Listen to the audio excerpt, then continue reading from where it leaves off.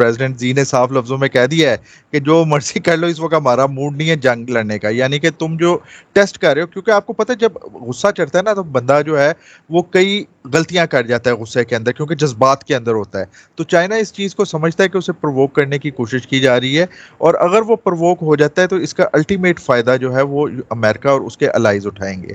اسی طریقے سے تائیوان کے، کیونکہ ہمارا آج کا بیسک جو ہے وہ تائیوان ہے. تائیوان امریکہ کے لیے بہت اہم ہو چکا ہے، کیونکہ تائیوان اگر ہاتھ سے نکل جاتا ہے تو نیچے ساؤتھ چائنا سی کے اندر بھی اس کا انفلوئنس ختم ہو جائے گا. اور آپ کو ایک اور مزے کی بات بتاؤں کہ اس مہینے کے آخر میں کچھ، آپ کو یاد ہوگا کہ مہینہ پہلے کچھ خبریں آ رہی تھی کہ چائنیز وزیر خارجہ جو ہیں وہ سولمن آئی لینڈ اور یہ ساؤتھ جو پیسیفک کے اندر جو جزائر ہیں وہاں پہ کوئی ملٹری بیس بھی چائنا بنا رہا ہے، اور وہاں پہ گئے ہیں. اور سولمن آئی لینڈ نے تو خیر وہاں پہ انویسٹمنٹ بھی چائنا کر رہا ہے، اور ٹریننگ اور ان کی جو ہے پولیس اور آرمی کو ٹریننگ وغیرہ بھی. تو اب کیا ہوا ہے کہ بائیڈن صاحب 28 اور 29 سپٹمبر کو انہوں نے ایک ان جزائر کا ایک اجلاس بلایا ہے. ظاہری بات ہے وہاں پہ کچھ ڈرائیں گے، کچھ پیسے کی جو ہے لالچ دیں گے تاکہ وہ دور ہو سکیں.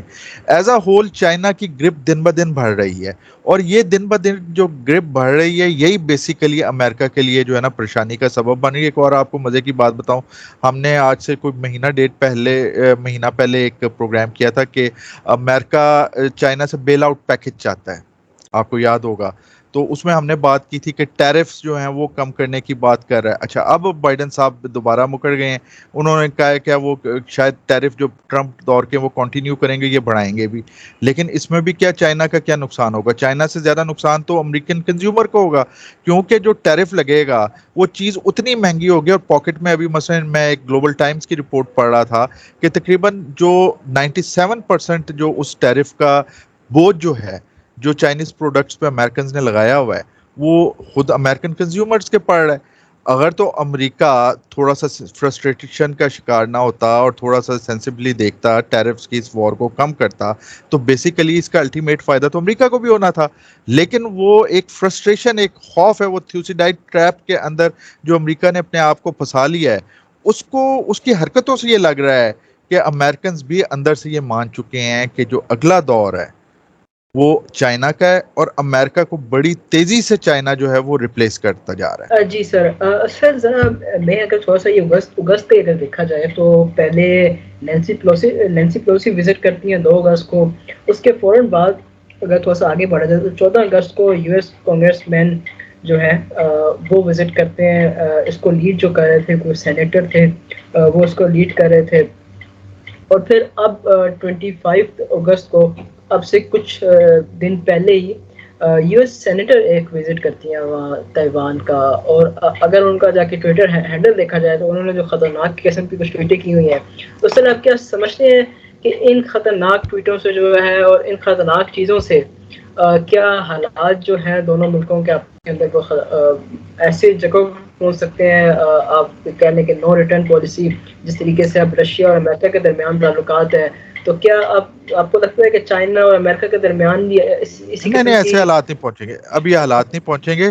چائنا ٹھنڈا کر کے کھاتا ہے. چائنا کے اندر بہت قوت برداشت ہے. آپ کو یاد ہوگا کہ برٹش کالونی تھی یہ ہانگ کانگ بھی چائنا کا حصہ بن گیا. اسی طرح تائیوان پہ چائنا کو کوئی جلدی نہیں ہے. چائنا صرف ایک بات پہ اعتراض کرتا ہے کہ ون چائنا پالیسی سے نہ نکلا جائے. لیکن امریکہ کیونکہ اس وقت اگر آپ اس کی اکانومی دیکھ لیں، سوسائٹی کا سٹرکچر دیکھ لیں، جس طریقے سے وہاں پہ فنیٹسزم بڑھ رہا ہے، ریلیجس رائٹ، جس طریقے سے پھر یوکرین کا معاملہ جو ہے اسے ہینڈل کیا گیا. آج کیا ہوا ہے، رومانیہ نے تو صاف صاف کہہ دیا ہے کہ بھائی ہم تو لیں گے گیس رشیا سے. اسی طریقے سے پولینڈ جو ہے وہ دھمکی جرمنی کو دے رہا ہے کہ ہمارے جو ہے وہ جو وار آپ نے نقصان پہنچایا تھا ہم اس پہ کیس کر دیں گے کیونکہ آپ رشیا سے دور نہیں ہو رہے. تو بیسیکلی وہ کیا رہا ہے، یورپینز کو یہ سمجھ آنے لگ گیا کہ جناب ہمیں رشیا کی گیس تو چھڑوا دی ہے، لیکن اب جو گیس امریکہ دے رہا ہے وہ ہمیں انتہائی مہنگی دے رہا ہے.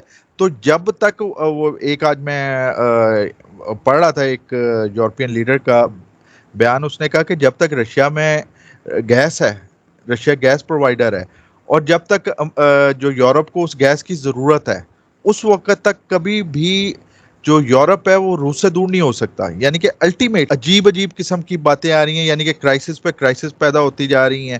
تو امریکہ کی اس مثال کو دیکھتے ہوئے چائنا کے خلاف ایک اور محاذ کھولنا کاؤنٹر پروڈکٹیو ہوگا، اور یہ چائنا کو بھی پتہ ہے، اس لیے چائنا جو ہے وہ لڑائی کی طرف فی الحال نہیں جائے گا. ابھی چائنا اسٹرانگ ہوگا. اور پریزیڈنٹ زی کی جو آپ کے دوسرا پارٹ بھی ہے، آپ نے دیکھا کہ جب سے پریزیڈنٹ زی آئے، یہ ایک صحیح جاندار قسم کا چینی جو ہے نا صدر ہے. یہ جب آیا انہوں نے سب سے پہلے ملٹری ریفارمز کیے 2015 کے، آپ کو پتہ ہے کس طریقے سے فوج کو ماڈرنائز کیا. چائنا کے پاس آپ کو حیرت ہوگی کہ 2005 کے اندر میں نے انسٹیٹیوٹ آف اسٹریٹجک اسٹڈیز کے اندر ایک ورکشاپ اٹینڈ کی تھی، اور I was shocked and surprise جب انعام الحق صاحب نے ہمیں بتایا کہ چین جو ہے اس کے پاس بلو واٹر نیوی نہیں ہے. اب بلو واٹر نیوی جو ہے چائنا نے جس طریقے سے ایکوائر کی، آج بڑی نیول پاورز کے اندر جو ہے آپ 2005 لگا لیں اور 15 تک جو ہے کہاں پہ چائنا 10 سالوں میں پہنچ چکا تھا. تو چائنا اپنے آپ کو اسٹرانگ کر رہا ہے، اور ہر قدم کے ساتھ. یہ تو رائٹرز نے 2018 کے اندر 19 کے اندر جو ہے رپورٹ ان کی باقاعدہ آئی تھی کہ میزائل ٹیکنالوجی کے اندر جو ہے امریکہ کو کراس کر چکا ہے، اور اس وقت گم تک جو ہے آسانی چائنیز جو ہیں میزائلز جو ہیں وہ امریکن ٹارگٹس کو ہٹ کر سکتے ہیں. تو چائنا اس طرح نہیں آئے گا، چائنا برداشت سے کام لے گا، ٹھنڈا کرے گا.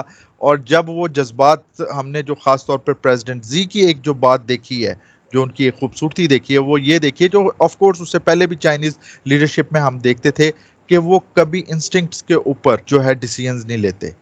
انتہائی سوچ بچار کے بعد، اس دن بھی ہم نے بات کی تھی کہ چائنا کی تاریخ بہت ڈیپتھ رکھتی ہے، تو چائنیز ڈیسیژنز کے اندر ہمیں وہ وزڈم جو ہسٹوریکل وزڈم ہے وہ ریفلیکٹ ہوتی ہوئی نظر آتی ہے. تو اس لیے میرا نہیں خیال کہ چائنا کوئی ایسا قدم اٹھائے گا. امریکہ ضرور انسٹیگیٹ کرے گا کہ کسی تشدد کی طرف چائنا اٹھے، لیکن چائنا کی طرف سے آپ کو کچھ ایسی چیز دیکھنے کو نہیں ملے گی. چینی صدر شی کی اگر بات کر لیں، کیا لگتا ہے آپ کو، کیا وہ اپنی تیسری ٹرم بڑے آرام سے لے لیں گے 16 اکتوبر کو، یا کچھ مشکلات آپ کو ان کے ارد گرد نظر آ رہی ہیں؟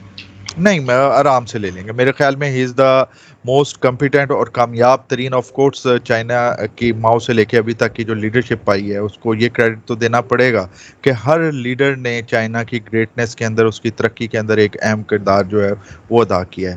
تو پریزیڈنٹ زی جب آئے ہیں، انہوں نے جس طریقے سے اکانومی کو سہارا دیا، جس طریقے سے انہوں نے فورسز کو کیا کہ ایک اسٹرانگ اکانومی کی حفاظت کے لیے ایک اسٹرانگ فوج کی ضرورت ہے، جس طریقے سے انہوں نے جو ہے ریفارمز لے کے آئے چائنیز ملٹری کے اندر، چائنیز سوسائٹی کے اندر، ان کے دور کے اندر جو کامیابیاں حاصل ہوئیں.